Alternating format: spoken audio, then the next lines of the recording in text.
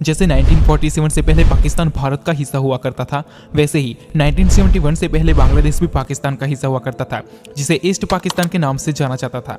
लेकिन cultural differences के कारण ईस्ट पाकिस्तान को क्रूरता, असमानता और भेदभाव का शिकार होना पड़ता था। और तब ईस्ट पाकिस्तान ने भारत की मदद मांगी और 1971 में भारत ने ईस्ट पाकिस्तान को वेस्ट पाकिस्तान से अलग करके एक इंडिपेंडेंस देश बना दिया, जिसे आज हम बांग्लादेश के नाम से जानते हैं।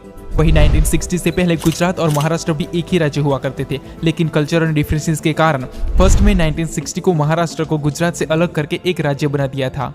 तो आज हम इस वीडियो में भारत के एक समृद्ध राज्य महाराष्ट्र का कंपैरिजन साउथ एशिया के एक देश बांग्लादेश से करने वाले हैं और देखेंगे कि इन दोनों में से सबसे ज्यादा विकसित कौन है। पॉपुलेशन 2024 में बांग्लादेश की कुल जनसंख्या 17 करोड़ से भी ज्यादा है, जो साउथ एशिया का तीसरा और विश्व का 8वां सबसे बड़ी आबादी वाला देश है। वही 2024 में महाराष्ट्र की जनसंख्या 12.8 करोड़ की है, जो भारत का तीसरा सबसे बड़ी आबादी वाला राज्य है। एरिया बांग्लादेश का टोटल एरिया 1,48,460 किलोमीटर स्क्वायर है, जो उसे एरिया के हिसाब से विश्व का 92nd लार्जेस्ट कंट्री बनाता है। वहीं महाराष्ट्र का टोटल एरिया 3,07,713 किलोमीटर स्क्वायर का है, जो उसे एरिया के हिसाब से भारत का तीसरा सबसे बड़ा राज्य बनाता है। जीडीपी यानी कि इकोनॉमी। जिस देश की अर्थव्यवस्था जितनी ज्यादा होती है, उस देश को उतना ही समृद्ध और पावरफुल माना जाता है।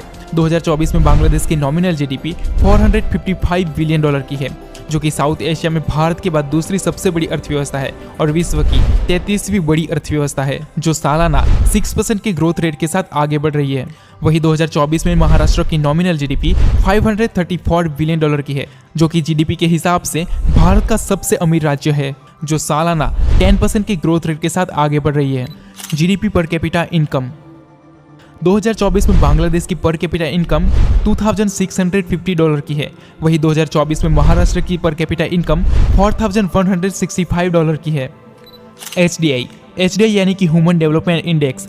जिस देश का एचडीआई जितना ज्यादा होता है, उस देश को उतना ही विकसित माना जाता है।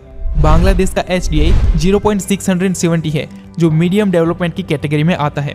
वहीं महाराष्ट्र का एचडीआई 0.690 है, जो कि हाई ह्यूमन डेवलपमेंट कैटेगरी से थोड़ा सा कम है। पुअर्टी रेट, चाहे वो डेवलप्ड कंट्री हो, डेवलपिंग कंट्री हो या फिर अंडर डेवलप्ड कंट्री हो, आज के समय में अनइक्वालिटी और पुअर्टी सभी देशों के लिए एक मेजर प्रॉब्लम बन गई है। बांग्लादेश की बात करें तो वहाँ आज भी 90% लोग गरीबी में आते हैं। वही महाराष्ट्र की बात करें तो वहाँ सिर्फ 5.4% लोग पुअर्टी लाइन में आते हैं। Export and import. Last year Bangladesh का टोटल एक्सपोर्ट $60 बिलियन का था और इंपोर्ट $70 बिलियन का था। वही लास्ट ईयर महाराष्ट्र का टोटल एक्सपोर्ट $70.2 बिलियन का था और इंपोर्ट $75 बिलियन का था।